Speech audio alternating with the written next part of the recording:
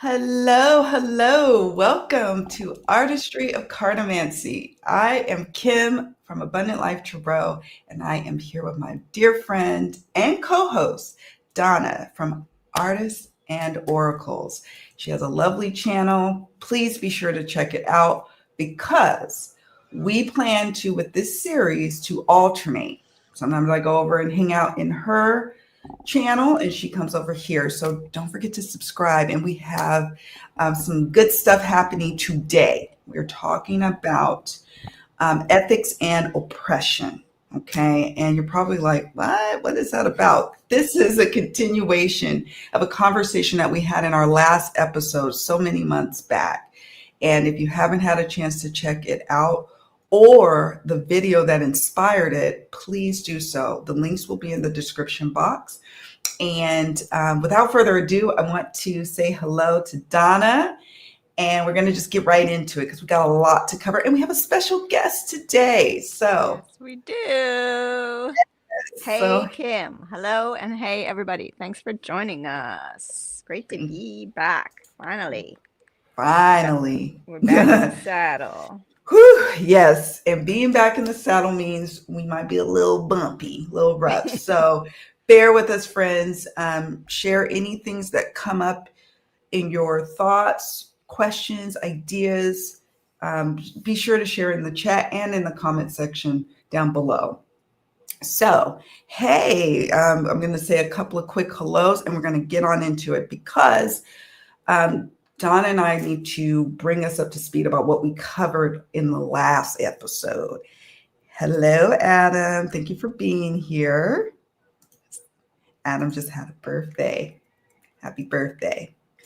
And Chris, hi. Thank you for being here today. Hey, Oh my Chris. goodness.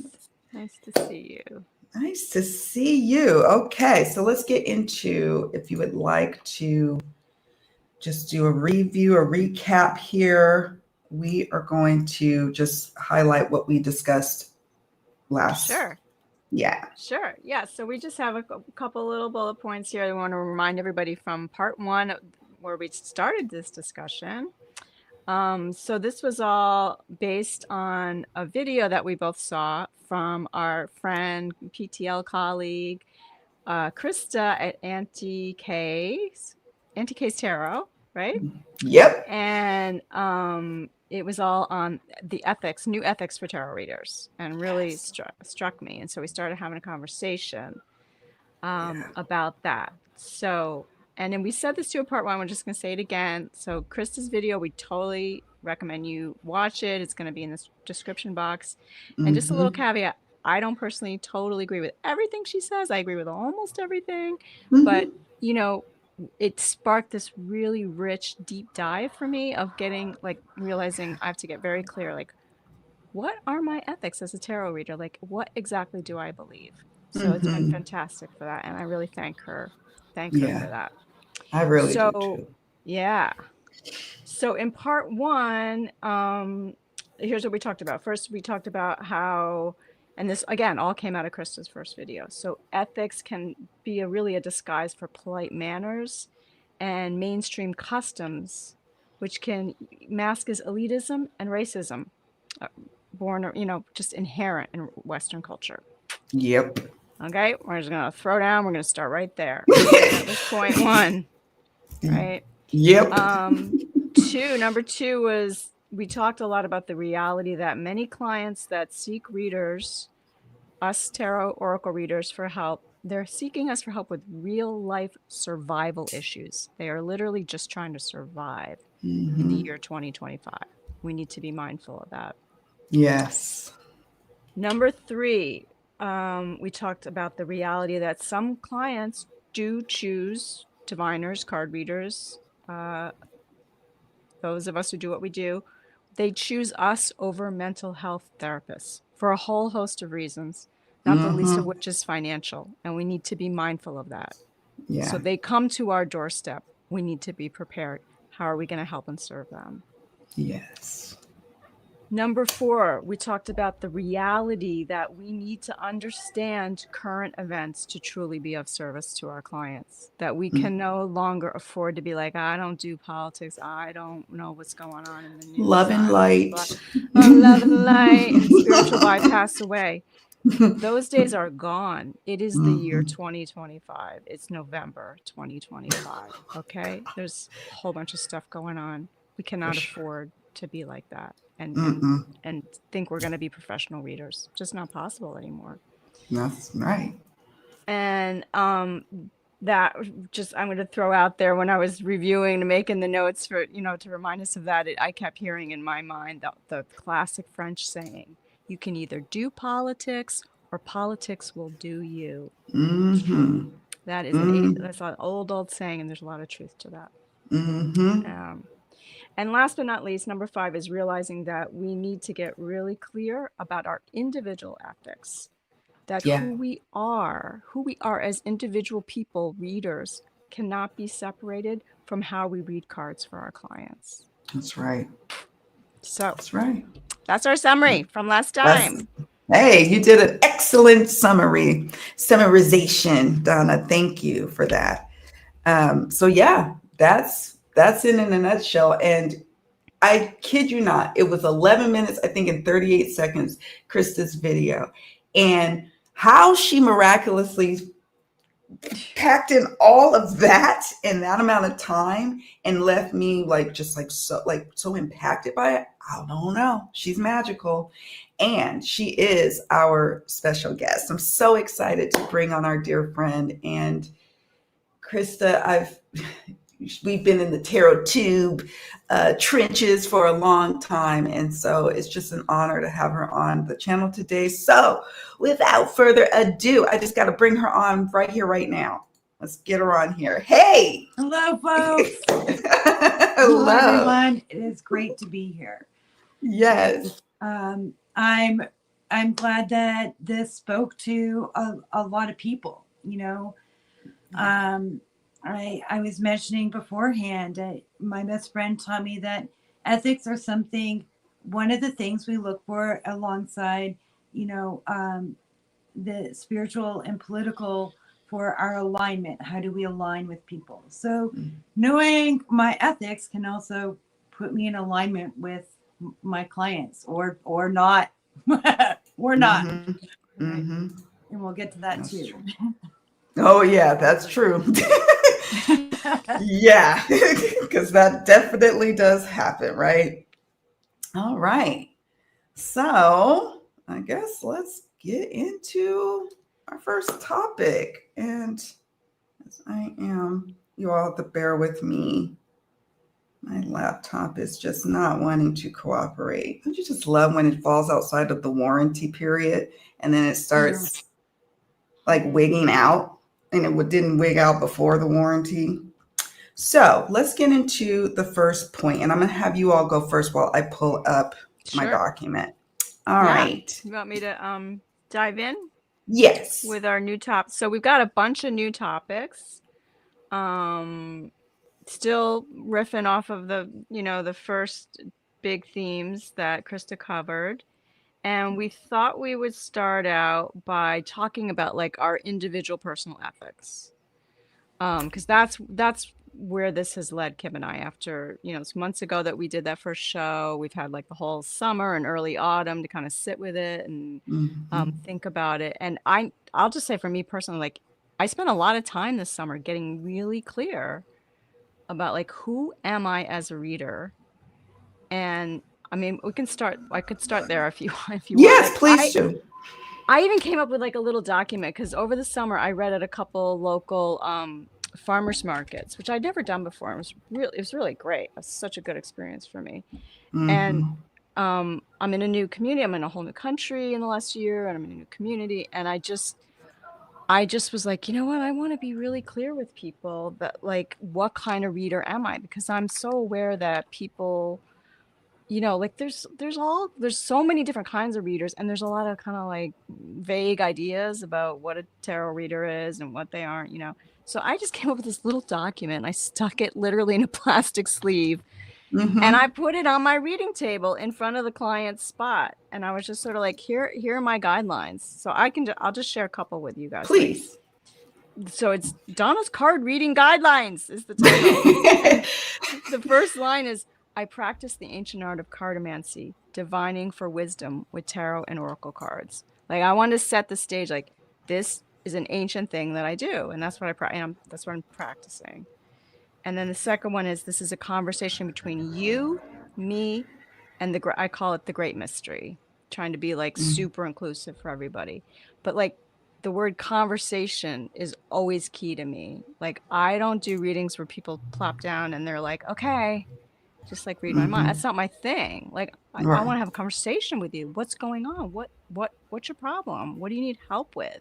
If you don't give me information, if you're not willing to talk, it's not going to go very far at all. So, those are some of the things I say. And then I mentioned synchronicity, that a belief in that is helpful, but not required. So I'm like planning these little keywords. We're going to have a conversation. It's going to be about synchronicity. This is something ancient that I'm doing. I call myself a story weaver. Again, trying to plant this idea of like, if you share part of your story, I'm going to pull cards, and then I'm going to be able to weave other stories and things I know and things from my own life. And then I'm going to really be able to help you. And I talk about color, which is so important for me, that color is medicine for our souls. We're asking the cards for guidance. It's like doing a cosmic Google search, because I love that whole concept. Then I'm here to empower you. I intend to empower you. Everything I offer is intended to empower you. Yes. And then I just end by saying it's normal to feel some anxiety if this is all new to you. So trying to make it like totally safe, if because I got a bunch of people, they never had a card reading before in their life. I was like, I love that. That's so great. Like, yeah. And they, they trusted me and they flopped down and did it. So anyway, and this all came out of Krista's video of like, okay, what are my ethics? Who am I? What am I doing? Get really clear and be able to tell your clients that. So you can start from there. I love that you did it in a document, because you are doing in-person readings, right? And to have like in the little sleeve handed to them, and it's not ethics. When you think about ethics, you think about some philosopher somewhere, like ancient times, like, and it's so like but it doesn't have to be that way at all. And so I really like that. I mean, you do a lot of your readings in person. It sounds like most of mine, if not all, these days have been virtual. So my space of where I do readings is either through, people come through my website, through my Etsy shop, and mainly through the hotline. So my profile has a whole summary of what I'm about, what I offer, what I can, what I can't do, as does my Etsy profile. And, but I love for in-person readings. When I get back out there, I'm going to do what you're doing. Have my little sleeve, little nice, friendly looking document, and slide that over to the client. I love that. How about you, Krista? Before I get into mine, because I'm going to grab a book. How about you? So for me, I see myself as I work for spirit, and that helps guide me, including if I'm not comfortable with where this conversation is going. I work for spirit. That's going to be my guidepost, my signpost. Not, is the client always right? Spirit is always right. So that's where I come from. And what I put in my bio, because I work on the hotlines, that's how I like it. I do have some personal clients. Mostly that's people who I know outside of this work, largely before this work, and that I do. But otherwise, I like it on the hotlines. I don't have to run a business. I don't have to do all that. But some of what I work with there is also the ethics of the hotline. I can't give legal advice. And what I do inform the clients is straight up, I will do these are the kinds of readings I do, including third party, right up there in the beginning, because a lot of people won't work, because a lot of people won't. I'm there, I'll do it. Then I list the next things. I talk about I'm not here for judgment. I'm not going to judge you because I don't. And, I don't look at a person who's cheating as necessarily being the bad person. There's all kinds of circumstances, all kinds. True. And so like no judgment. And I can say in there, I'm open and, for queer readings and things like this, but I can't say things like I have personal experience with sex workers, my dead ex spent time in prison. I can't put that in my Purple Ocean profile, but Spirit knows that and brings these people to me too. Yeah. Right? Mm-hmm.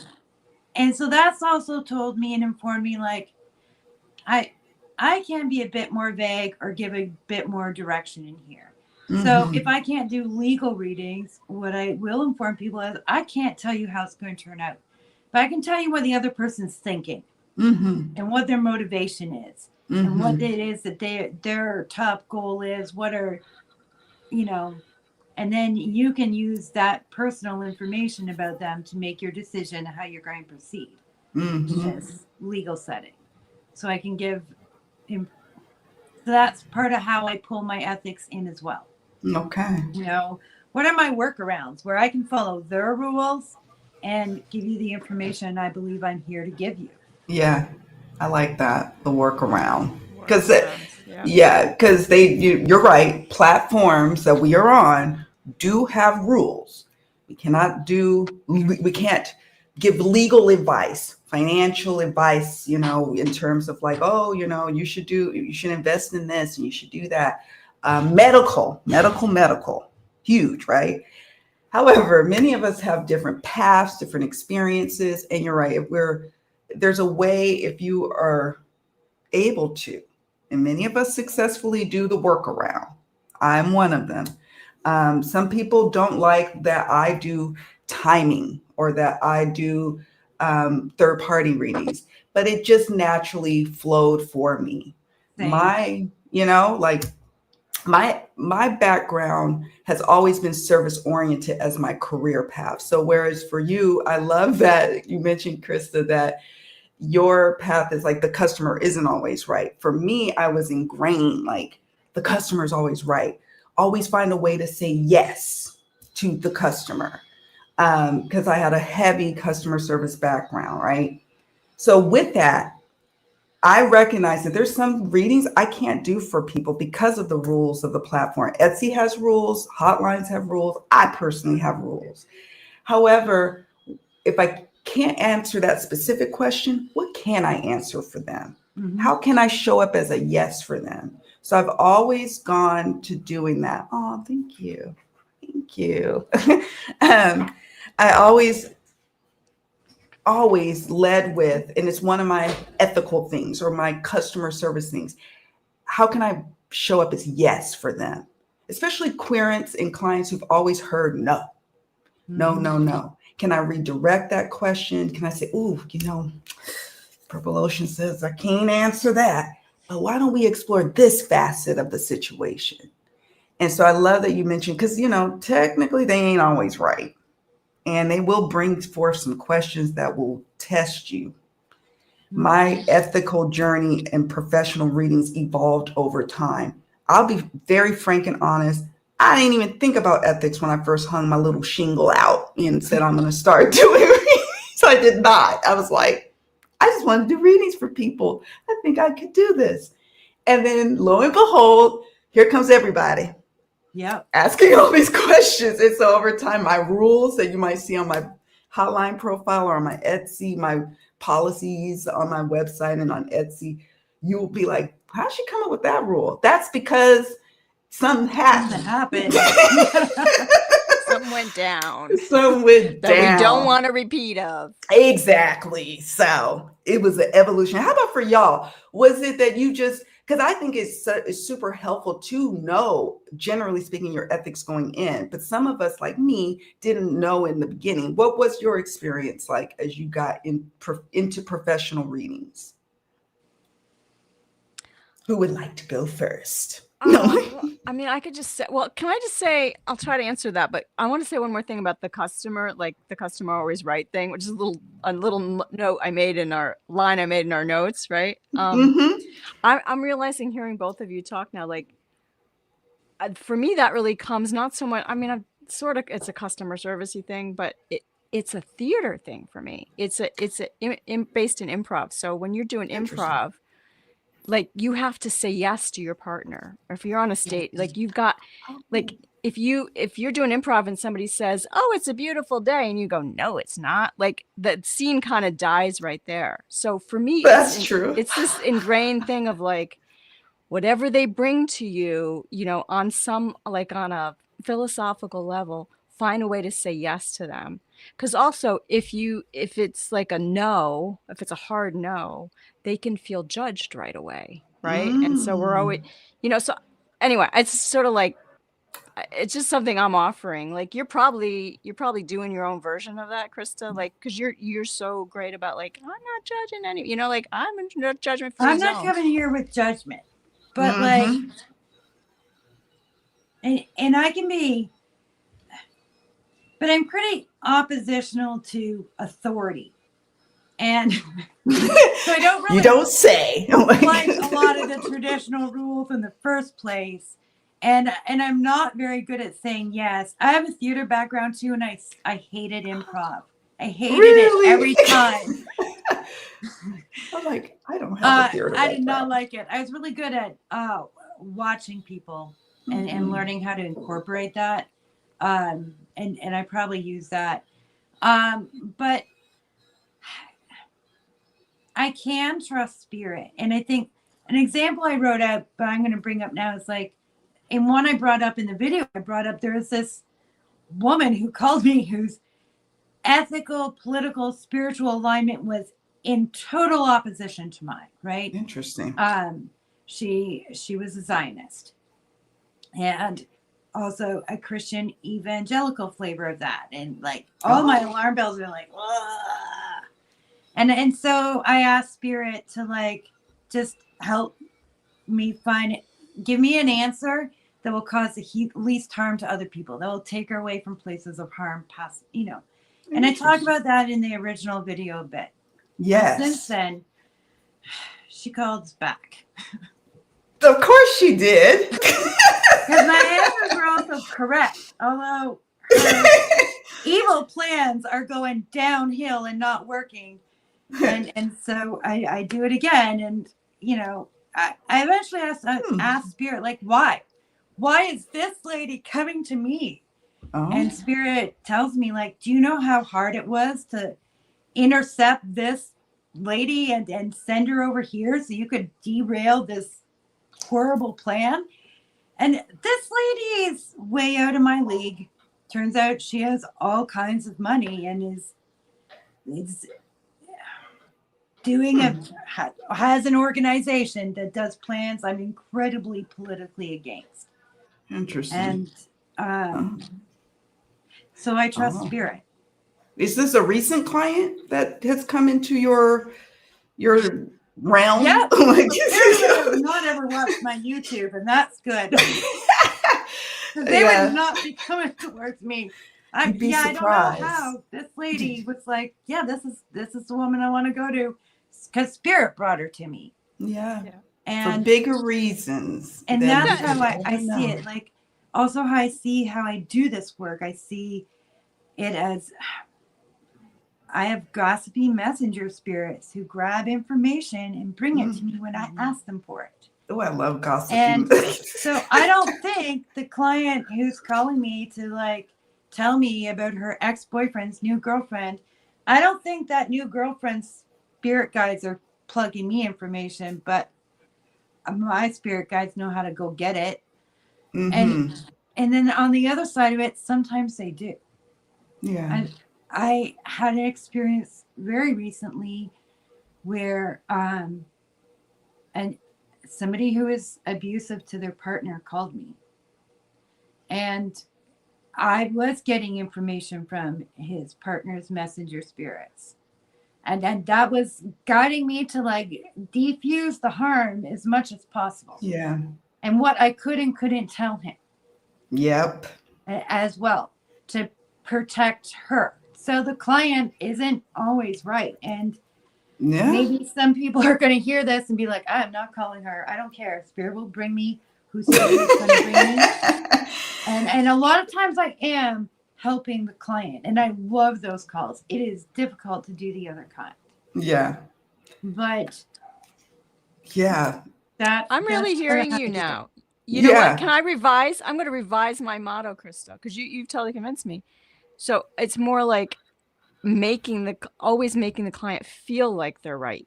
But we have to be in control, which is going to that'll segue us into our next point, which is who do you truly work for, which we've all been talking about already. Yep. But like, yeah. So it's really more about like, okay, making them feel warm and fuzzy and welcome and, comfortable, right? Mm-hmm. By just kind of engaging, finding a way to say yes to them.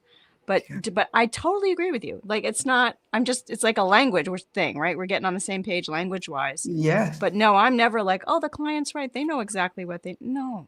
They're often No, they don't. very misguided. And they lie. They lie. Yeah, and they think they know. They hide stuff. They omit. Take a long time to get to the point. We love y'all, but we know. And I wrote something. I wrote a little You're note calling here. psychics. We know you're lying. Yeah, we know that there's some omissions going on here. And I wrote, just as important as who is at the reading table, so is who is not at the reading table. And Krista, you bring up a good point that, we may be doing a reading for that particular querent, but sometimes who is not at the reading table, say, okay, quick example. I recently have a dear guy client who has high suspicions of his wife cheating.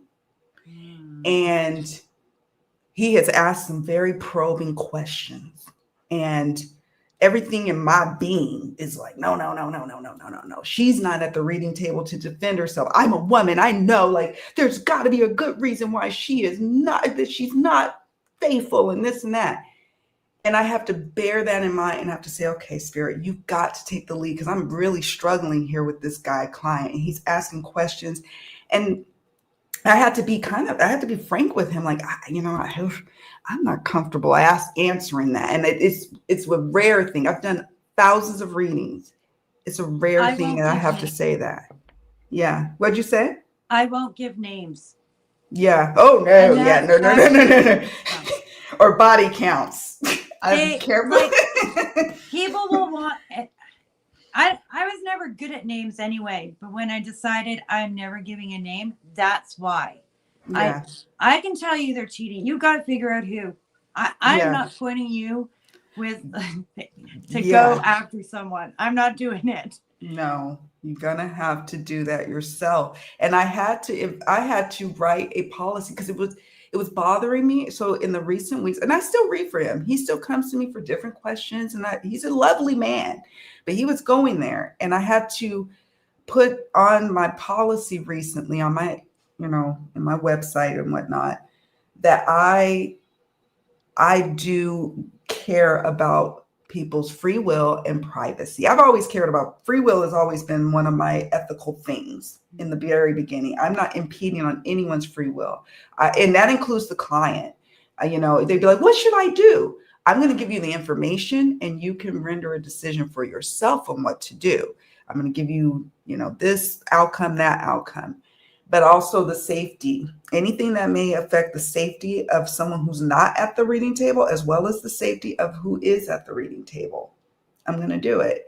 And that was recent. So that was my recent example of like, oh, I gotta tweak my policy. Got to go on to, my hotlines and add on this new little caveat. But that was recent. And I'm like, I'm glad he asked. I'm glad he asked, but good Lord, I was like, oh, I'm not ready for this tonight. I wasn't. And he's making some big decisions. Free will is important. Yeah, I've got that on my one of my profile pages. I believe in free will. Yeah.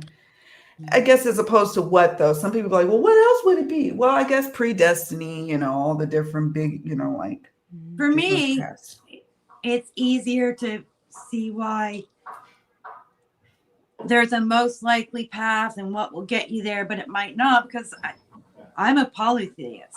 As an indigenous person, Oh, yes. I believe in multiple gods. And so I don't believe there's just one God determining things. There's a whole bunch of gossip going up there too.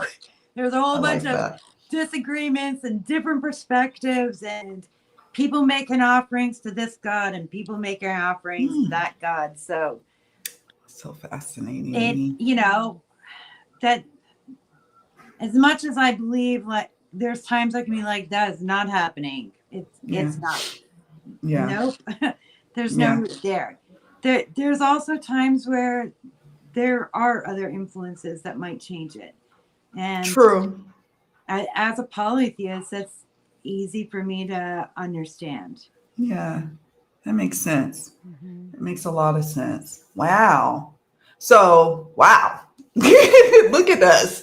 So, did you all right out the gate know your ethics clearly, like as you went forward? And what do you think helped with that? Or did you not? And how did you define your ethics? Well, I've already fessed up to that. I did not, and I've been getting clearer and clearer about it very recently. I think it's like anything, like the more you practice, right? Like you get clear. It's just you learn by doing, especially in this field, right? You got to just keep doing. You got to have different clients from all walks of life, different scenarios, and then you'll hone it. But it's good to, if you're starting out, if anybody's listening starting out, like, yeah, just sit down and get clear. Yeah, let's plug our book here, The I got my Ethical copy Psychic. right here too. Yes, for those of you who are getting started, Dr. Jennifer Lisa Vest. I read this book and I was like, like with anything, like, do I agree with 100% of things? No, but most of this I found was super foundational for those who are getting started out in the realm of healing for others, doing readings for others, to have some sort of framework, to formulate your own framework is super important. You are now, if you're reading for others, especially if you're collecting payments, it is imperative to have some sort of framework for yourself to protect yourself. That's how my background is insurance. So y'all know I'm good for a disclaimer. I'm good for whole harmless agreement. And I'm also just at the bare minimum, just stating clearly what you can and can't do or what you're willing to not do if you already know it. Don't be shy. Your clients will come and they will find you. We've been talking about this, like clients you wouldn't even expect. You'd be like, how do you find me? Like, me? I'm your one? Okay. You could have went to a ton of others, but they see and feel something in you. And spirit knows why we're linked together, why clearance find us and where they find us and when, for our own good too, to teach us as well as, as There's sometimes I'm definitely learning. Oh yeah. From clients and the new things I consider. I think to consider, did I have ethics before this? I did astrology charts before this. And I was trained by a teacher to do astrology, who found a friend of hers to teach me to do tarot because she believed I should read tarot long before I believed it. Oh. And so it's hard to know where a lot of them developed. It's been a long journey of divining for people. Yeah, and evolving with that, right? With our journey of divining for others. Yeah, and a lot of it I did for community. I worked in community for years. I did astrology charts almost exclusively within my own community. And my first tarot readings were all the ones that were not professional, were in community for activists. So I dealt with unusual circumstances and questionable considerations Mm.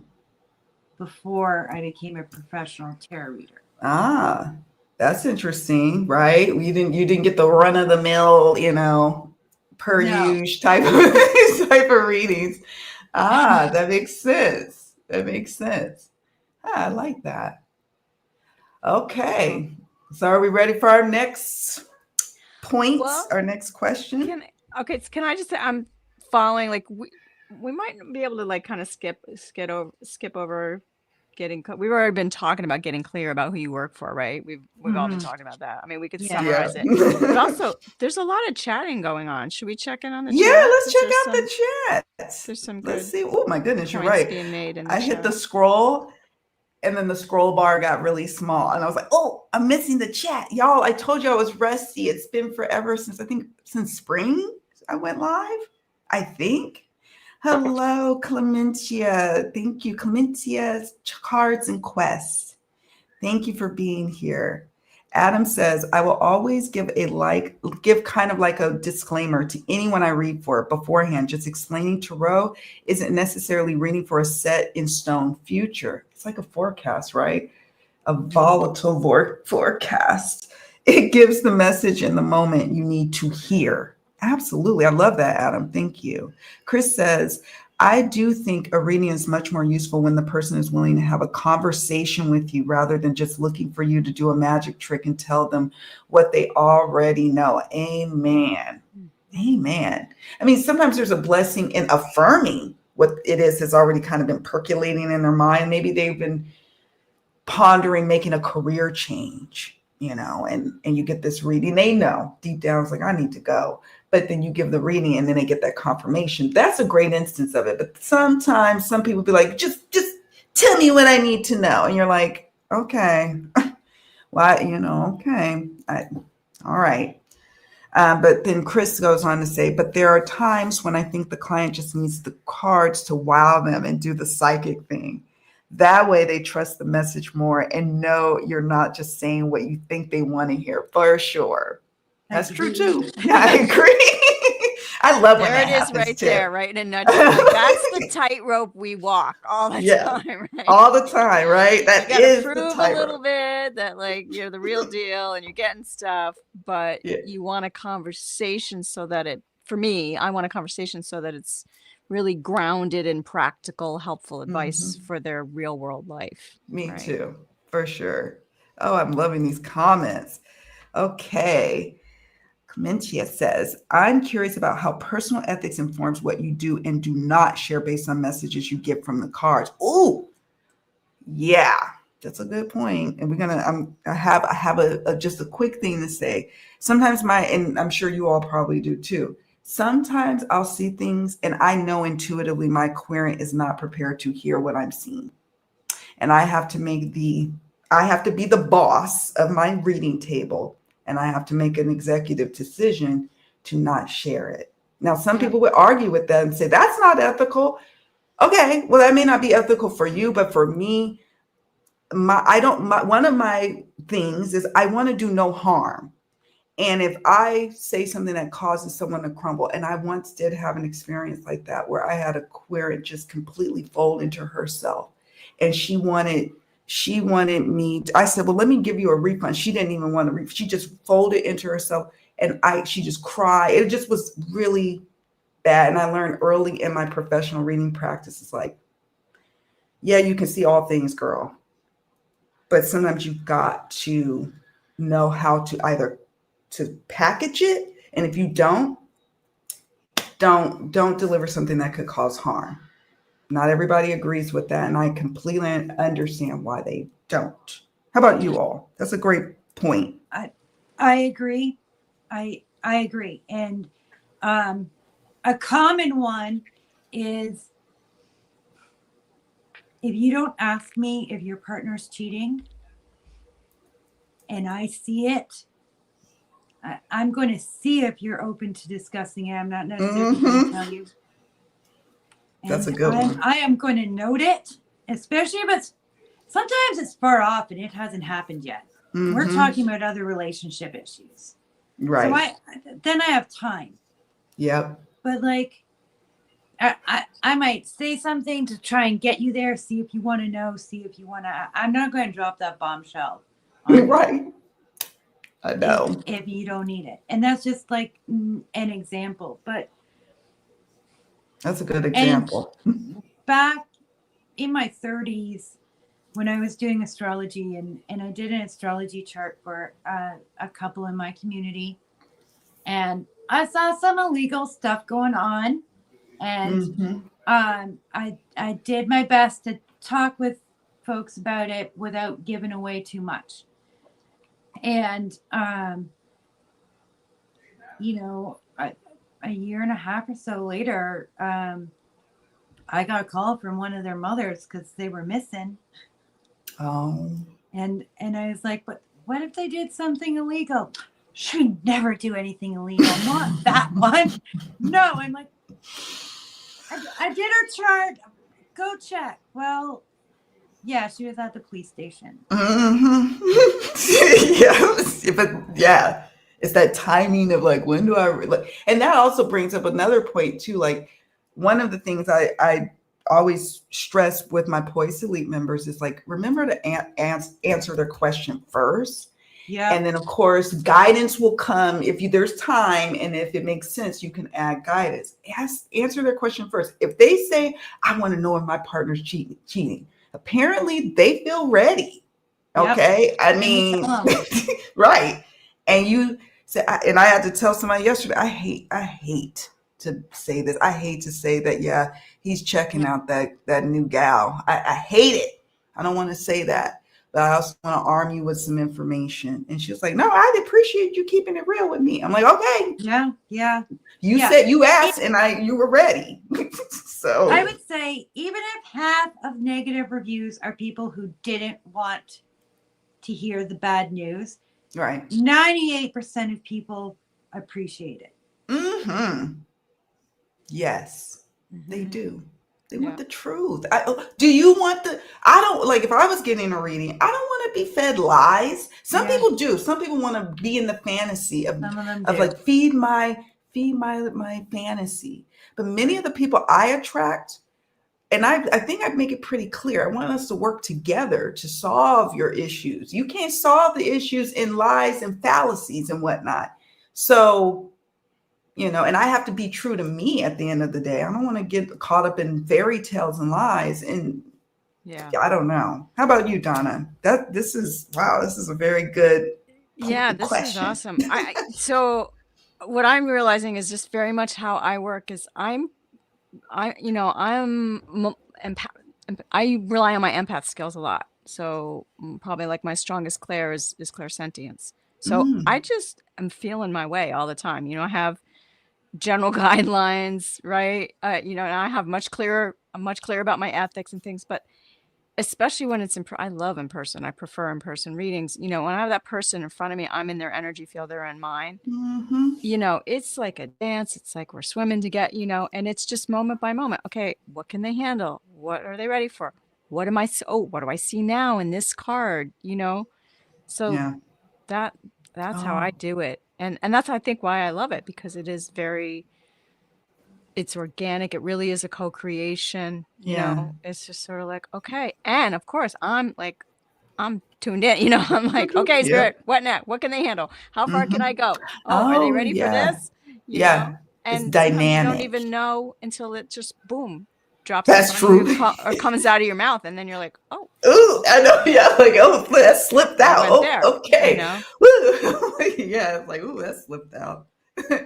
Good points. Good points. And that makes sense if you're clairsentient, you like really like if doing in-person readings, that makes sense that would really your clairsentient would like just shine, right? That I like that. Wow. Wow, friends. Look at the comments. I would Go like ahead. to answer a bit of this comment more directly in another way as well. Yes, please. Damn, you just moved it. Is it not showing Clementius? Yeah. So when you do and do not share based message, so my ethics are largely that I'm 98% of the time I'm serving that client in front of me through spirit. Mm-hmm. But there are times where it's like this information's going to be difficult. I had a client today and I was like, Spirit says answering questions about your ex is harmful, not helpful. Oh, yes. And she was like, yeah, it's making me spiral. I'm like, okay, we're not. And like I do that stuff all the time, but for her it was like, no, don't. She's spiraling. Yeah. Right. Dang, And yeah. Like if it's classic stuff like cheating, I don't care if you're cheating. You might be cheating because it's the only thing getting you through your day so you make a decent meal for your kid because your marriage is so depressing.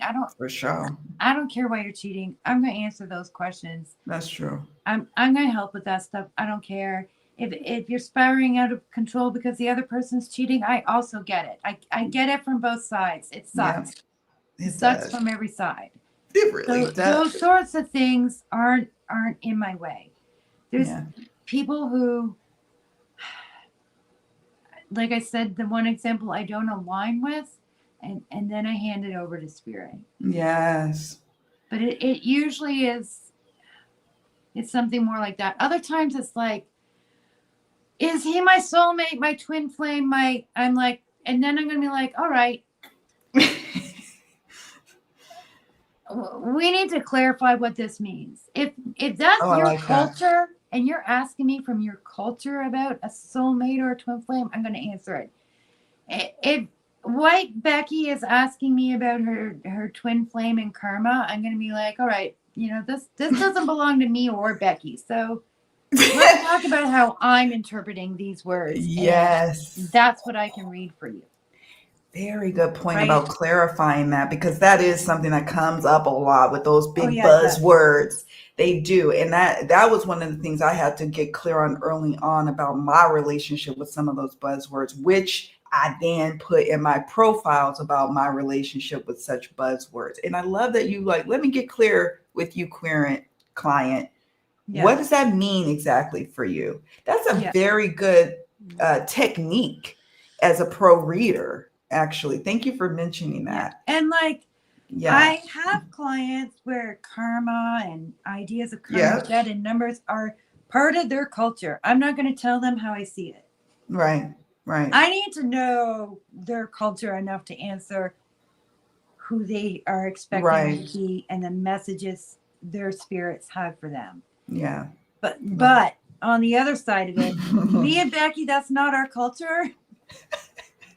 Kim and Becky. No indigenous karmic number system that I know of. As much as I love numerology and I can sit there and we'll chat it, but there is also this differentiation between what is your cultural beliefs and knowledge that I'm here to respect. Yeah. And what is your pop culture beliefs and knowledge that I'm going to say we're going with my pop culture? If anybody's pop culture beliefs is going to be reigning supreme, is mine. I'm just kidding. But seriously, you came to me, That's such a great point, though, Krista. So it's again, we're just kind of walking that line between we want to, because the next thing we're going to get into here is being culturally sensitive, right? Yes. So we always want to be culturally sensitive to our clients, because they could be from a totally they could be living in the same country as us, right? But they're from a very different cultural background at home, right? Yeah. So anyway, but where was I going? I lost my train of thought. But that distinguishing between what sort of these pop cultural ideas that our clients can come to us with. Yeah.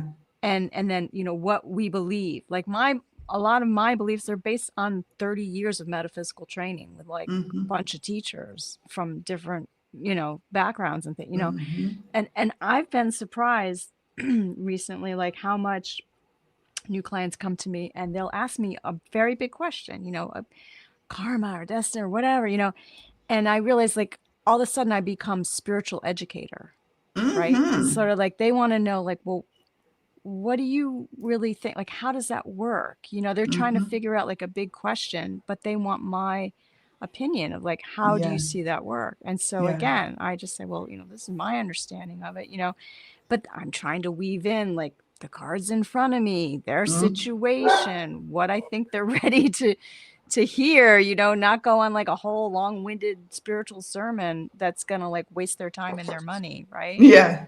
Oh, But yeah. it comes down to like there's a lot more educational work in this field than Yes. and I like that. Like I do like that.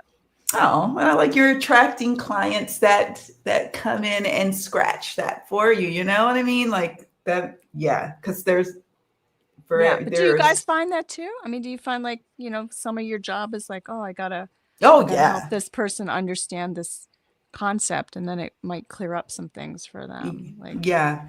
I mean, one of my things I'm very big on, you know, intention, and it used to be manifestation, but more so intention. And so that's my home skillet school of thought. And it's interesting to me that many of my clients, I must have said something in my profile that attracts those same like people who want me to expound a bit more about that. Whatever question they're having, maybe they have a job question and they're like, well, what do you think about, this or that? I love educating.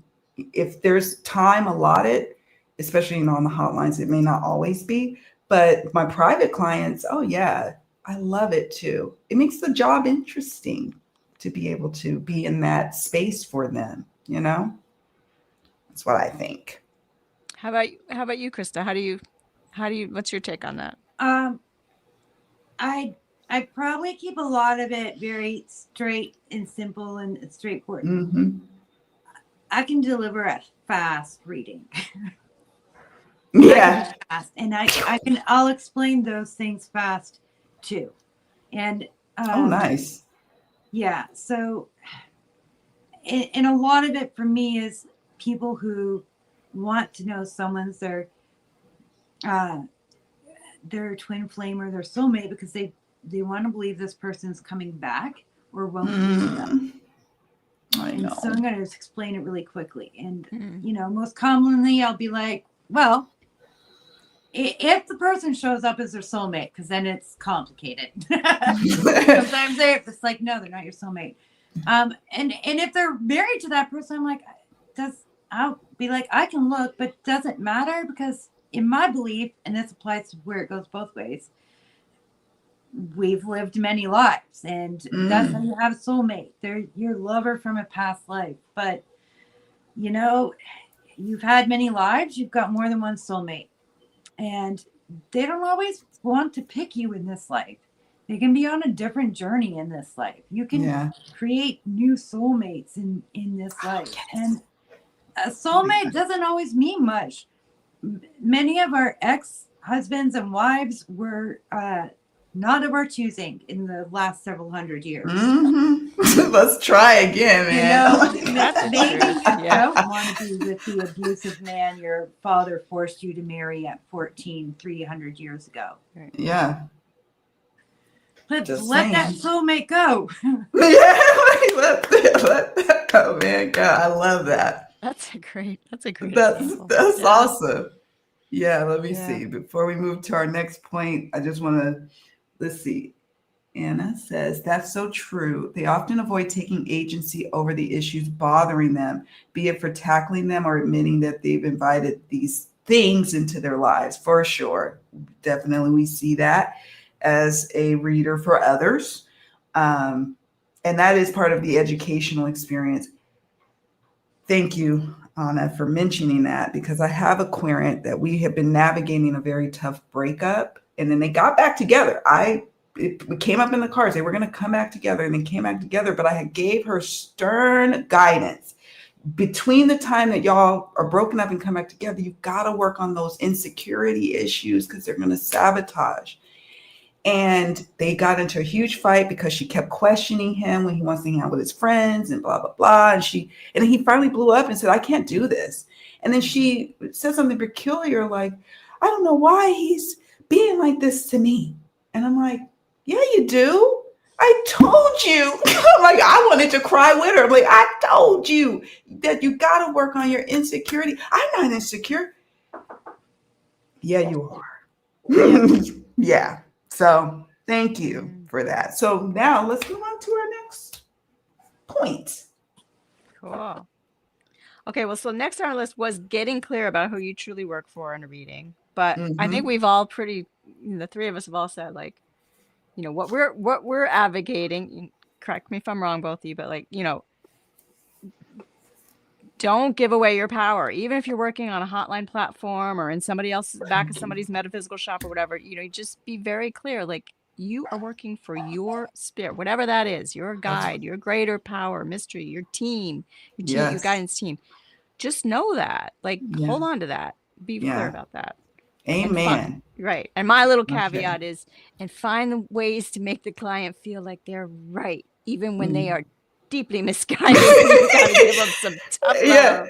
And yeah, oof. And some Find ways these Don't to say come to days. me yes if you want to them. feel right. Yeah. And also, dear Queerance, find What did the. Krista say? She said, yeah, go ahead, Krista. I didn't hear you. What'd you say? Don't say it, Krista, for us again. Don't come. She said, "Don't come to me if you always want to be right." There. Okay. Yeah. Don't pick Yeah, Krista for that. don't pick Krista for that. But you Yeah. know what? I totally respect when I see in profiles or in people's shops or whatever the case may be, where they're like, "I keep it blunt and real. If you want sugarcoating, that ain't me." And so there are clients and queerants who gravitate towards that as well. There's some who really are in tender places in their life and they need someone to kind of gently help them. And yeah, there's that, and so yeah, I get That's it. why there's many kinds of readers, because it's a big, diverse world, and we need like different strokes for different folks. Absolutely. I have this one client, and so many times the call is over, and I love when they phone call because I'm Gen X. Let's talk on the phone. That's my face. Yeah, I like phones too. And every time we hang up, I'm like, there's no way she's calling you back after that. And then she gives me a bonus. Yeah, gives you a bonus, or on my other platform a tip, or books another reading. I'm like, I thought for sure I ticked you off last night. What? You okay, all right, I guess I didn't tick you off. Or they leave a great review. I had one of my first clients like that ever online very recently, where I was like, oh God, I gotta do some tough love here. And same thing. I literally am delivering the reading. I'm recording the reading. I'm like, here comes my first negative review. Just sort of like, it's coming. And you know what? It didn't happen. And they even left me they just said, thank you with a smiley. And I was like, okay, I'll take it. That's great. We'll take it. Anyway, I love it. Congratulations. I'm in a different, in terms of online readings, I have less experience in these two, definitely, for sure. So I'm in a different part of the learning curve. Well, bravo. Because let me tell you that many more of those moments will come. You're like, well, let's see what happens after this. And then you, lo and behold, are surprised, pleasantly surprised. Or not. Oh, but it's all good. It's all good when we remember who we're working for. And that it was one of those moments of like, I cannot in good faith, give her some fluffy little, oh, let's feel good. Like, like you need some tough love in here, mama. Because these are tough times. It's tough times too. Like, anyway, that's and you need the truth. Yeah. Oh, amen. All right. Okay. So we're on to our next one. Yep.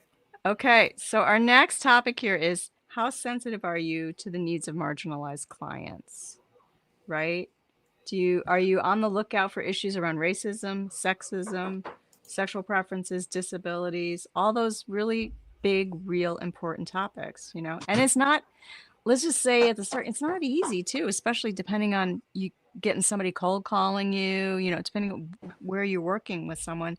That's on the clock, you're trying to work quickly for people. Yes. So anyway, who wants to start? Not me. I think one of the two of you should start on this. Okay, I'll go. I can. Go ahead. Actually, Krista, yeah, you go first, and then I'll go.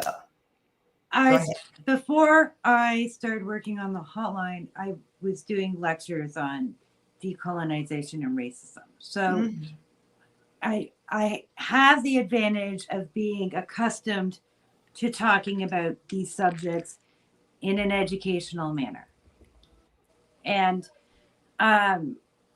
but I continue that. I continue to learn and read more, because we are constantly, academics and professionals in the field are constantly expanding their understanding of how racism and oppression works and how it Yes. functions. And we're all getting very real world, close to home examples now. Like, the West does not get to pretend it doesn't happen here anymore. Mhm.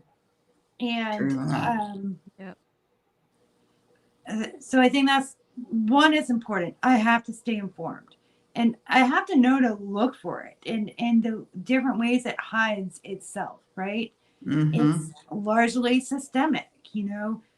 If you're calling about a reading, you're probably not experiencing racism by your boss calling you a slur. You Yeah. might be, but most of the time it's happening in different ways. It's happening when my Asian client is expected to always work weekends and holidays, and is not getting the raise that her coworkers getting. And Mhm. it happens in all kinds of ways. And um much like cheating, I'll broach it with, like, what's blocking you doesn't seem to be anything you're doing. It seems to come from judgmental places. It can be systemic. I'll gauge the response to see how far we're going to go into talking Mhm. about but definitely a lot of my clients really appreciate it. um I have a number of regulars who are Black folks, and they want to talk about their workplaces all the Yeah. time because it's toxic for them. It's awful. And that racism they're facing is coming in all kinds of different ways. Yeah. And it's going to be different than my Asian client who is expected to work extra time. Like, it comes out in a different flavor for everybody, right? True. Racism is targeted with all its unique flavors, and Yeah.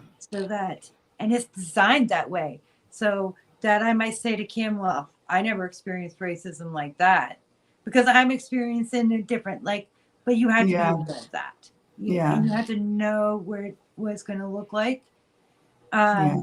And sometimes it's not the problem. And you Yeah. also have to be aware that That's true. experiencing that in a toxic workplace every day is going to make your client sometimes come across as a little bitchy to his coworkers, and you've got to tell him, like, I get it, but watch your Yeah. emotions today when you're responding to these people. Right. And That's right. yeah, and you need to know when to advise people to write their resume to pass an AI scan, or write Yeah. a resume to get past the racism that's going to come after that or during that. In Or the interview process. You're right. Exactly. it's everywhere in our lives, and we have to see it in the cards, Yeah. even Yeah. in relationships. True. True. I True. had this one client, and he kept talking about how his Brazilian girlfriend did all these abnormal things. I'm like, it's not abnormal. It's Oh different than Lord. your culture. Oh And, yeah. like, yeah. Hmm. Yeah. Um, Wow. so I'm trained to see it anyway. I'm looking for it in readings. And I judge my success by who are my clients. Oh, And I my love that. repeat clients mostly are BIPOC folk. Neat.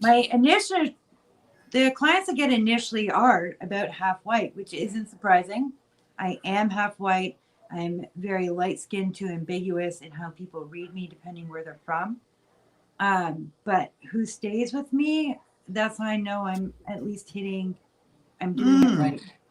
I like that. That's your like a strong like a measurement of that you are tapping into the needs of the BIPOC community. right?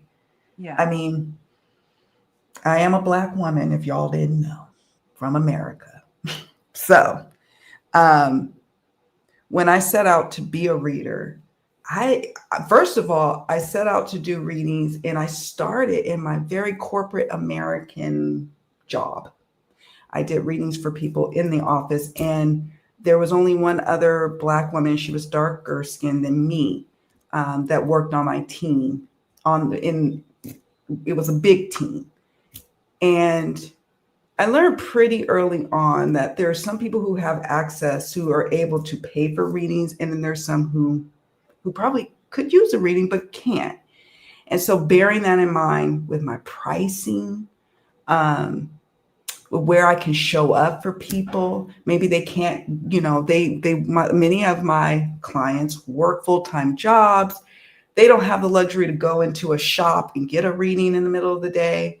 So making sure my availability for my hours is such that I can cater to those particular clients.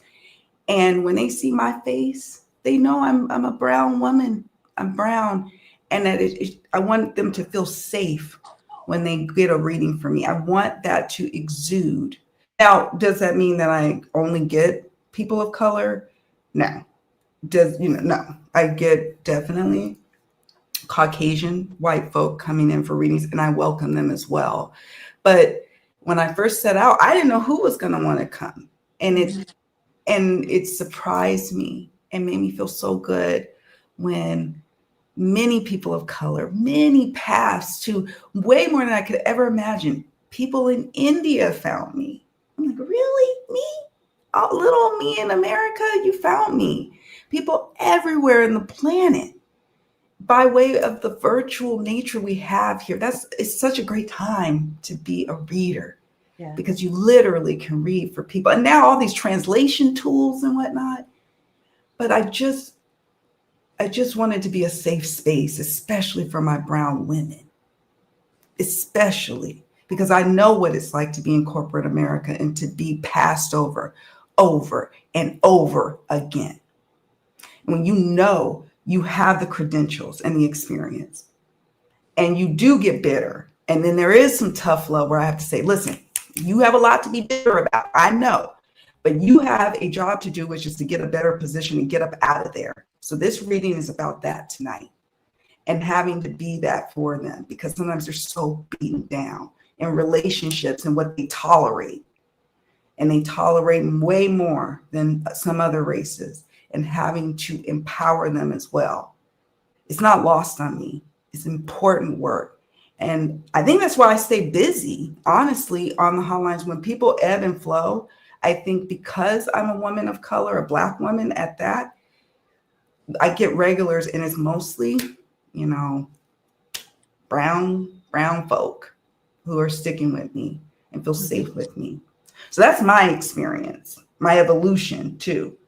Yeah. And some people set out, I only want to do readings for a BIPOC community. Whereas I was just like, oh, again, I hung my little shingle. I was like, I don't got no ethics. I don't know who I'm reading for. And then over time, it evolved, that was my experience.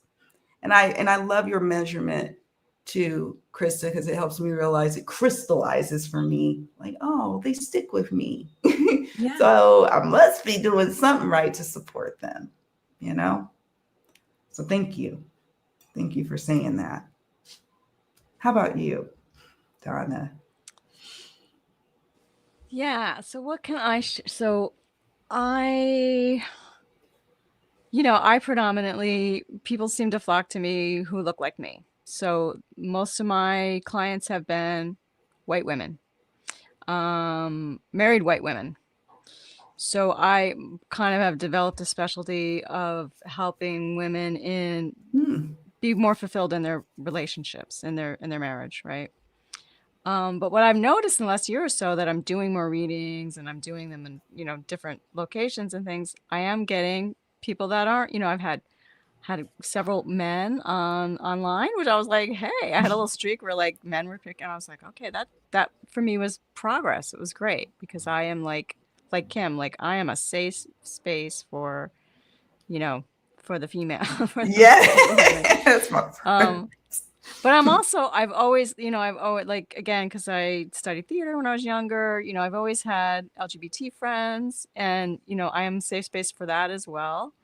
I haven't had that so much in my readings yet, but I hope to. And then recently, I've had a couple brown folks choose me, and I'm like, whoa, they chose me. So, I'm chalking that up to progress, but, just trying to be open, trying to be sensitive, trying to watch out for the unspoken, right? What's not really said, like, Yeah. because these issues, the issues of cultural sensitivity, that's a hard one. It's right. You guys Yeah. probably even find when somebody comes to you who's pretty similar to you, right? People don't tend to want to lead with that, right? Yeah. They lead with the question, but that's like the question under the question. Same True. way for like a married woman who feels like, well, on the surface, I should be so happy, I have everything, but like Mm-hmm. I'm not because he makes me feel like crap all the time, or, I whatever it know. happens to be, right? True. So again, it's this sort of tricky combo of like, listen to their question, try to answer their question, but try to get below, like, what's the real question? What do they really Yeah. need help with? And try to constantly, I got to check my own stuff at the door, like make sure Mm. I'm clear, make sure my ears are good and cleaned out. Like, what do they really need from you? What are they really saying to you? Yeah. Any little clue I can factor in that gives me some context, of what they Yeah. might really need help with. Yeah. Like that recent client that I mentioned just, a little bit ago. I mean, it was literally just a couple of days ago. It was a question that they wanted help with the three big: love life, best friend, and career. And Oh. they were all tanking. And the overall tone was like, oh, poor me, poor me. And I just knew in an instant, like, she's got to change her attitude or she's going to be unemployed. And this is not a time to be unemployed. And P.S., it was shared, single mom. So Oh. I went into what I think is like my protective mama bear of like, listen, you got to do what you need to do. You have a child to feed. Like, Yeah. let's, and I wasn't like quite that rough, but like that was informing my whole reading of like, don't give her some little floopy doop, whatever, Mm-hmm. like, anyway. So, Yeah. that's how we do it. We're piecing it all together, but you're trying to be sensitive to everything. And P.S., Yeah. she had brown skin too. Okay. Yeah. So, But also on that note, I am finding I have to remind white women, especially those dealing with various types of abilities, or their children are like, Oh. there's no Oh. fair. Yeah. I don't care if that's not Oh, right or yeah. real or Right, the right. truth. This is the reality. Please, Oh. you have to accept reality now. Yeah. And Oh. I'm especially white women in the U.S. I'm like, no, look, your privilege is gone. Yeah, your Come on, privilege is showing. wake up. Do you not see it? Right. You were Yeah. told something for a long, long time, but really you're just right. It's not fair. It's like, ooh, I'll be right back, ooh. you guys. Yeah, go ahead. Fair, fair. Let's talk. Yeah. Ooh, we not in a fair thing here. You bring up, that's a good point too. Where the white folk come in with their questions and, maybe about their children with different abilities or different sexual orientations and things of that nature. And they're like, I don't understand. And it's, oh, well, you came to the right place. You came to the right person today. But yeah, I think that as a brown person, a black woman, I have to be sensitive no matter the race, but especially being aware that there is some sense of context going on with their question and then what's surrounding it. But then, like you pointed out at the very beginning of this question, is it are they being, racially discriminated or what, and being able to parse through that and following the cards and following your spirit guidance. It's easy to fall into a preachy kind of like, I know what this is. I've seen this before. But no, what is Spirit asking you to say here? And that's why I always like, let me get back to the reading of the cards. It may be something totally against what I was thinking. I may have a whole judgment about their situation, and the cards are saying something different. So I always try to go back to what is Spirit saying. And I'm a cartomancer. So what are the cards saying for me to share with that querent? Have cards that tell you this. Like, I have cards that tell me it's systemic, it's judgment, it's, tarot gives us those cards, right? Like, oh yeah. But some of them, like, it might be a rough card, but judgment is also judgment, right? The tower is literally the system, right? And dismantlement. The Pope and the Emperor are about rules, moralistic rules that humans have created to control each other, and legal rules they've created to control each other. The tools are there. They're there. That's true. Yeah, they are there. Lean in on them. Lean in. I think, wow. I mean, this in and of itself, this topic we could go on and on about, but it's an important one. If you're going to be a professional reader, and some people are like, well, I don't, live in a part of the world where I'm not going to, I don't interact with a lot of people of color and different paths. Okay, that's fine. But for many of us who are doing readings virtually, we really don't know who's coming through the virtual doors, so to speak. And so it would behoove you to prepare for that, or at least give some consideration to it and listen to our words. The tools are there in the cards, and it will enlighten you. There's a reason why that querent found you. Maybe there's something that needs to be worked out within yourself about those things. We all have prejudices inside of us too. Yeah. I know I do. I'm not going to lie. I do. But I work through them, and my blessed clients teach me every single day. Every single day. So yeah, let me see. Yeah, just stay open to it, right? Like, just stay open. Don't go off into like fairyland of like, it's this is a tough time. Like, that's what I remind myself when I sit down and I get to work here. Like, okay, I don't know who's coming, but I know it's tough times for everybody right now. We're facing things that like we've never had to face before in our lives, and our parents didn't have to. It's constant rapid change, things falling apart. We can't rely on what we used to be able to rely on. True. There's a lot of fighting, and there's a lot of what's I've been thinking about a lot lately too is like, if you're trying to follow the news and just have a basic understanding of what's going on day to day, there's just so much immature behavior by leaders. Like, just the immature. They're not being ethical. Much more so in the U.S. I'm still following U.S. politics a lot. I don't, I won't speak for Canadian politics, but just the level of immaturity, and like, yet we as average citizens, like, we cannot afford to behave like that. Right. We have to be the adults in the room. You're going to lose your job, be late on your bills, ruin your credit score, blah, blah, blah, mess up your kid. Don't have to, exactly. Like, we cannot afford that level of just inane stupidity and immaturity. And like, I'm just not going to bring that to my reading table. I'm just not going to entertain that, Now, I don't want to be super bitchy about it, but just be like, well, these are very sober times that we're in, and just try to find language for that. Times. And sometimes you just say it once and they get it and they hear it, like, very sober times that we're in.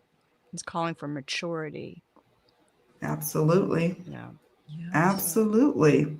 I keep thinking about like last year, so now over a year ago, because before the elections in the US even happened, I had 3 or 4 clients who the advice to them was like,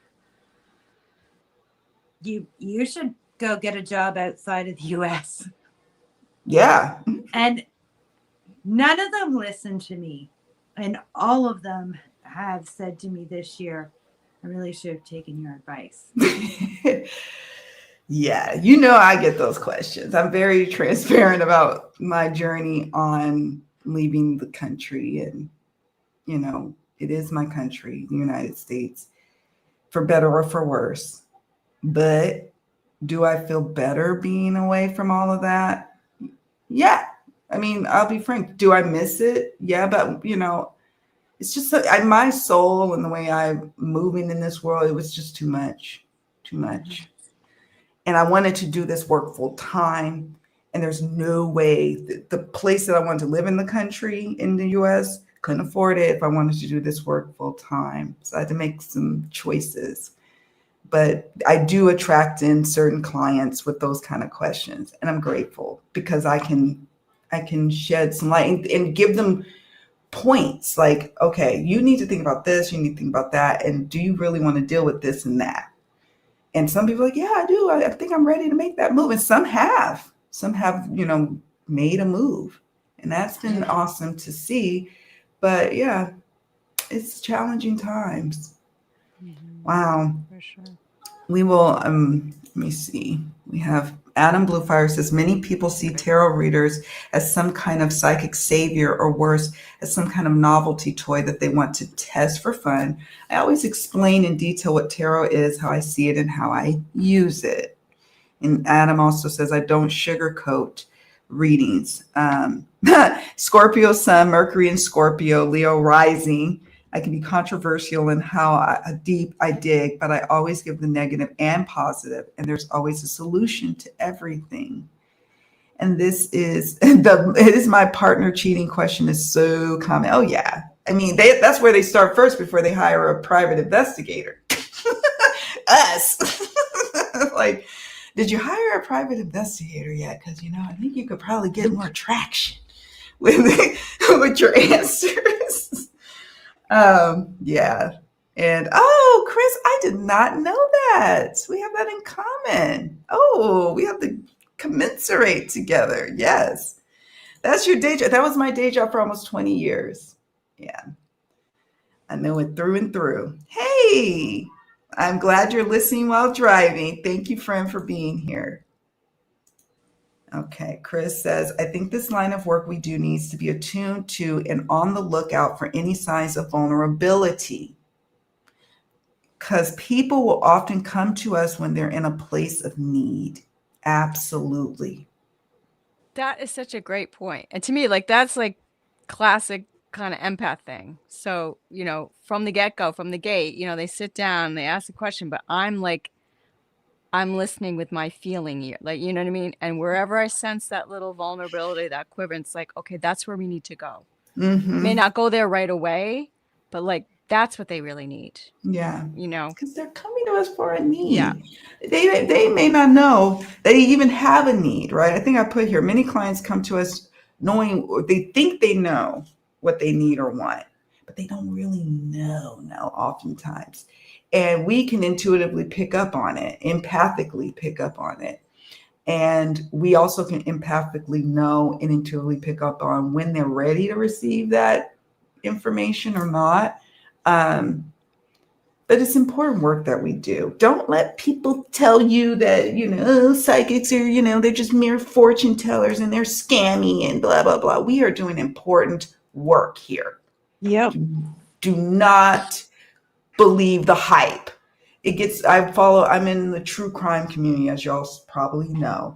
And, you know, there's always like the true crime content creators who are always like, oh, psychics, I can't stand them and blah, blah, blah. And I instantly unsubscribe, but not before leaving a comment. Because like, who do you think you are talking about us like that? Many of us come to that arena with good intentions. Yes, there's some smarmy people, but there's smarmy attorneys, priests, you know, accountants, you know, so bite me.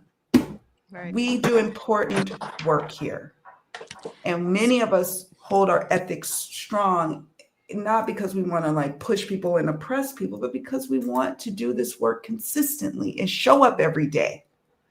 Sorry, it's my soapbox. I love it. I was just going to add it's Christina Quick's term, isn't it? Spiritual first responders.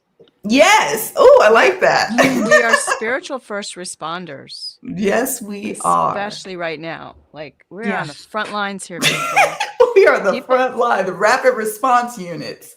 Here no, we I go. seriously. I mean, people are breaking down left and right because things are crazy. Nothing makes sense anymore. People are having all kinds of breakdowns. It's not just, True. like mental, emotional, but they're just trying to figure out like who's in charge? Yeah. What's going on? How much Yeah. worse is it going to get? Like, they're having Yeah. huge spiritual crises and they're coming to us more and True. more. I can So it's understand huge it. what we do. It's really very important. It is. And can't emphasize that enough. Like sometimes people, they're like, what's the point? Why am I even going to work this job today? Like, look at it, look at the state of affairs. And then we could be that like voice of reason, like, hey, life was going to go on. And here, look, here's your, here's your sun card, life's going to go on. We never know why Aquarian, and we don't always know their needs too, by the way. Spirit does, and we blurt out something and we're like, I don't even know why I said that. And but the Aquarian be like, I can't believe you said that. Adam Bluefire, I'm gay and can usually recognize sexuality in others. There's almost like a psychic power to detect it. But in tarot, what do you ladies use to identify sexuality? I tend to use a well-aspected devil. That's a very good question. Good question. I will be very frank with you all. This is frank moment. My oldest, you know, he came out and he was a teenager and I had no clue. And I think it was my conditioning as a Black woman growing. Both my parents are from the South, from Mississippi. Grew up in the church, both of them. And there's these blinders. And I had no clue. Now I listen to my intuition. I don't even really look at the cards. And I'm curious to know if you all see it in the cards. I don't, it's just usually an intuitive thing for me now. But I didn't know. I did not know. I didn't fall apart. I just was like I didn't know. So I'm probably not the best one to speak on that in terms of the cards. Except I also I don't use signifiers in the cards for it. If it's not evident in the reading and I actually need to figure it out in the reading, I'll figure it out. And yeah, but I'm also the opposite of you in experience. When my middle child was born, from a cultural standpoint, the majority of us understood they were two-spirit. And while there was adult conversations in the community about what their training was going to be, especially with the uncles, that yes, you were going to take this child fishing and hunting. Well, we didn't have those conversations with this child. They eventually were like, "Hey, I'm two spirit," and we're like, "Yeah, we know," but also from a cultural standpoint, yeah,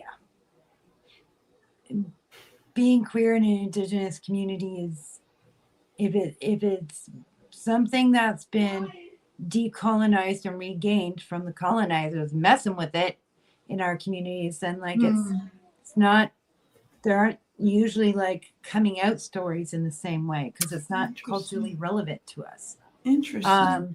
And so they can be read differently and it can be experienced and expressed differently amongst different cultures. And so no, I don't use a signifier for someone's sexuality or orientation. I don't use signifiers for that. Yeah. If I need to know, then it will come out in the reading. Yeah. That's been my experience too. Or I'll ask, I do assign yes, no to my tarot cards. So sometimes I'll just blank ask, give me a sign, and I don't have a specific like you said, I don't have a specific card that says it. I just end up just kind of know. How about you, Donna? Do you have I definitely don't have any specific cards. I'm pretty sure I've never had it, come to my reading table as an issue. But in real life, there have been multiple times where, I can sense something about the sexuality of a person and they're not quite ready. And, I could tell all kinds of stories about that. And I just do my best to be loving and compassionate and respect where they're at. Like, you got to Right. respect where the person's at, like, Do you all yeah. have clients who that are questioning their sexuality? Have they come to you, or do you have them mostly asking about somebody else's sexuality? Recently, last week, I had a lady questioning about her husband's sexuality. But do you normally find that it's in terms of when you get client readings, people questioning their sexuality at this point? I mean, it could be younger people too, but I don't think I usually do. Um, This yeah, sounds I like don't one think for so. Krista. Yeah, Yeah. I'm just thinking through, and I'm like, I haven't. I've had people asking about, yeah, what's my husband or my wife's sexuality Yep. and child's, and Yep. um, That's, yeah. I I'm going to ask spirit usually for a yes no if I don't just know. And I'm also going to ask spirit whether or not I tell them. And Yes. then my first response to them sometimes is, I'm sorry, I don't read on that. What? It's not in my bio because it's going to be individual. Most of the time, I'm not willing to tell somebody else. Yeah. Yeah. I'm not. I did have a client who had wanted readings for a child of theirs that passed away. And I don't always do, I frequently don't do mediumship unless they call me and the person they're calling for is already sitting in here in my house with me. Then I go Yeah. ahead. And that was the case with this one man. And he wanted to know about the circumstances that brought his son to leave this world. And I knew instantly because their son was sitting there with me that they were gay, and I wasn't to tell his father. Okay. But then one day, about 5 or 6 months later, this man calls back, and and it's time to tell him. And Yeah. he says to me, he's like, I think a few of you readers have known and felt you weren't supposed to tell me. I was like, you weren't ready yet. Yeah. And he wasn't. Mm-hmm. And I mean, that goes back to who are we working for? Do we always tell the client what they want to hear? Yeah. Who Um, is and who isn't at the reading table at that moment, right? You know, mhm, that's yeah. that's wow. That's also ethical, ethical thing as well, that whole mediumship realm, as well. Oh, vibrant lease. I always tell myself to don't live in fear, live in awareness. Absolutely. Live in awareness. Yes. I had a friend come for a reading, and I saw in the reading he battled with coming out, but he wasn't ready to come out yet to anyone. So I didn't mention I picked up on that during our reading.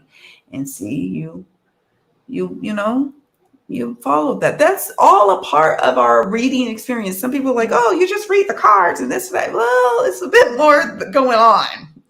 going There's a on. lot of subtle stuff going on. Yeah. Yes. It's not just like, oh, I'm got my, little turban on and I got my crystal ball and I'm throwing the cards. No, no, no, no.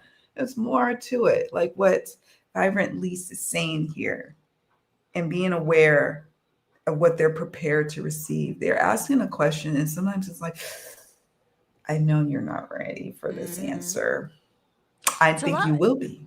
It's a lot like being a translator, isn't it? It's like Yes.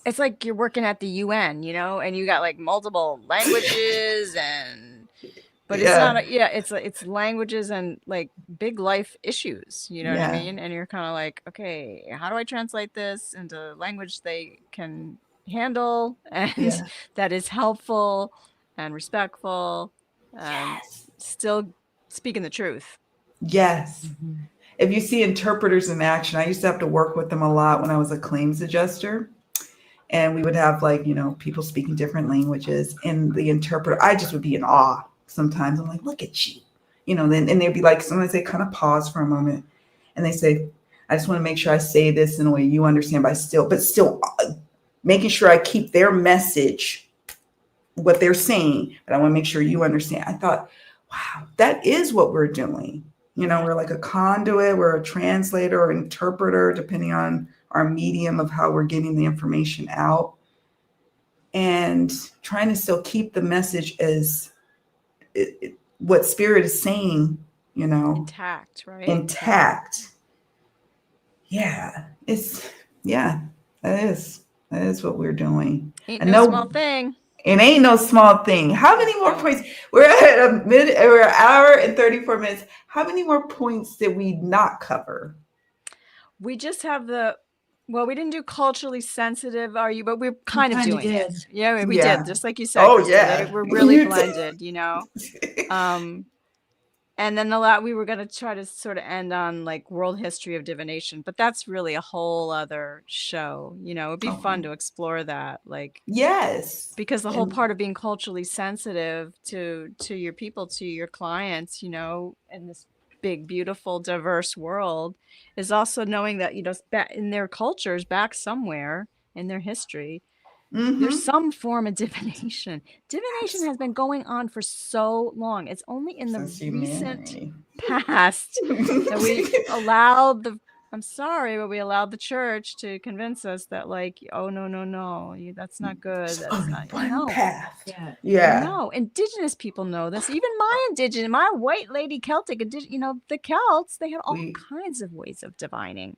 And there's a reason why they want us to forget all that. And we do. Maybe that could be one of our future. And Krista, if you would like to join us for that conversation, that could be something to continue on, because it is an important topic, I think, that many people can chime in on. And you had a great quote from a book on, I think it was the World Atlas. Yeah, I'll just show you. I have it here. This is a cool book. It's called The World Atlas of Divination. You might want to check it out. It was at my library.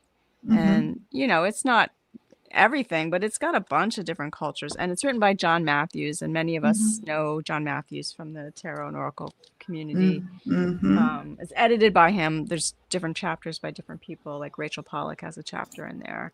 But anyway, so here's the quote I found from that book.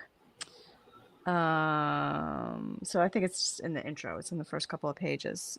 So here's what he's saying. For in addressing the answers to questions concerning the future, it is not simply a matter of predicting what will come to pass, but also of divining the truth. There may well be more than one possible future, other choices to be made, and the skilled diviner must be able to point to one of these with authority. Ooh. So I thought it's nicely kind of sums up everything we've been talking about. Like, when you know your ethics, you're clear about your own personal ethics, who you work for, you're owning your own authority, and then you're really able to help your people. Yeah, actually, that quote sums up what we were talking about, and I would love to have that conversation, because I'd see all the different segues we could go with even that. I was reading this book, or I'm starting to read this book by Raven E. Black, called The Reluctant Tarot Reader, Adventures in the Gypsy Trade. I know gypsy is not a good word to use. But the book is good. It's called, the name of the chapter is Good Christian Girls. And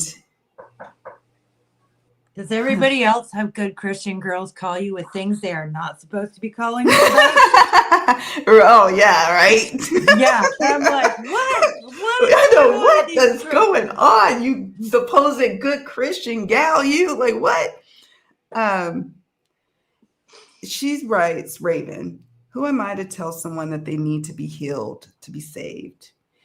Maybe the cat lady likes her life with 45 cats. Maybe the drunk enjoys heckling women. Maybe the couch potatoes want to lard away their days watching reality TV. That's their choice. Healing only works when someone is willing to be healed. That doesn't imply brokenness. It means all of the ways we say no to life, all of the ways we betray our dreams on a daily basis, all of the ways we could have evolved through difficult times, healing the disconnect from our own goodness. Life constantly provides options to be lighter and easier while on this stage. That's why proselytizing rarely works. Like I'm an evangelical and I'm gonna save you, right? We are responsible for waking ourselves up.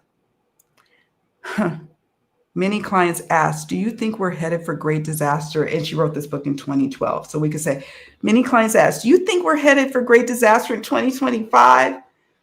And then she writes, it's up to us. What I do know is that pride has always limited the human race. The need to save becomes the need to conquer, to encircle in the name of the Lord, to destroy, rebuild, and repeat ad nauseum. Yeah, ad nauseum. Yeah. And some people don't know. They don't want to be healed. They want to just kind of stay where they stay. And that's okay too. And you have to be at peace and understanding of that as well. The nature of people, generally speaking, don't want to change collectively, individually. But that doesn't mean that we still don't show up as our healer selves, right? And do this important work. So that's what I have to offer from that. Any final thoughts? I know. I was like, okay. I'm going to finish. I will give y'all a little review after. She wrote 2 books. So I'll let you all know what I think about the books. But I thought those were interesting quotes. Any final thoughts from you, wonderful peeps? I'm good. What about you, Krista? What do you think? I'm feeling good. I think we covered a lot of things. If we're going to come back to talk about history and its impacts on how we view our work, that'd be great. Because if I say anything on it now, we'll just be here another half hour. Well, if we start that, I'm gonna keep y'all here all night. So we will definitely come back for another Artistry of Cartomancy. We hope that you all join us, and please leave a comment.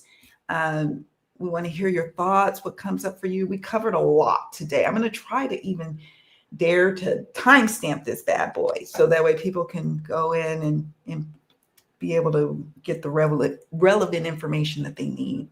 I thank you both. Donna, thank you for being here. Krista, thank you for joining us, taking the time today to join us on our Artistry of Cartomancy journey.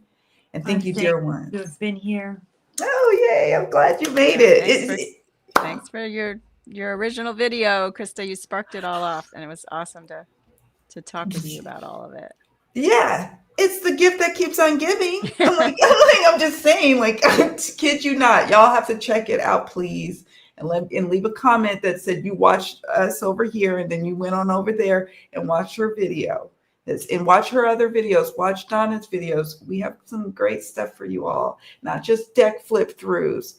We have some good nuggets of information to share with you all. So my channel might just be a front for politics.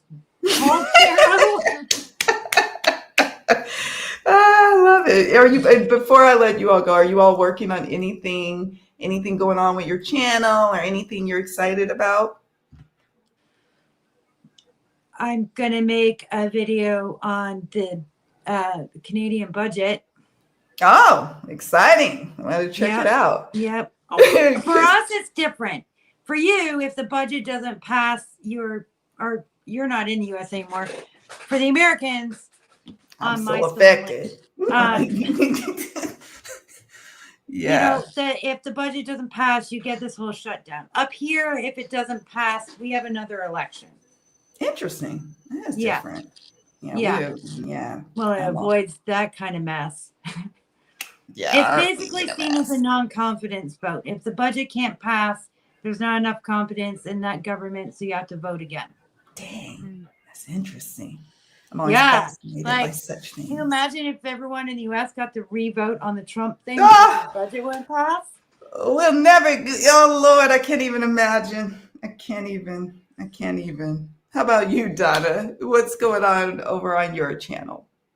Nothing is going on, so I'm happy to be sitting here with all of you.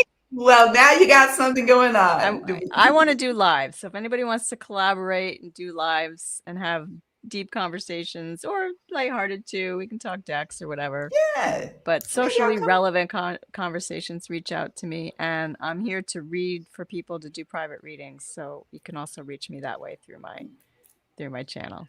Thank you for saying that. We're all pro readers. Donna, great website. My friend Krista, professional reader. I'm a reader. And I would love to do some lighthearted stuff as well. You know, we can play with decks too. What is our favorite decks of the year? You know, I'm percolating on something on that. Like, oh, what decks did you get this year? That's always a fun thing. So stay tuned for that, friends. And maybe we'll do that as a live little party, you know, end of the year, a little celebration. All right. So thank you all so much for joining. I will see you all around. Please be sure to like, share, and subscribe. And bye for now. See you later, folks.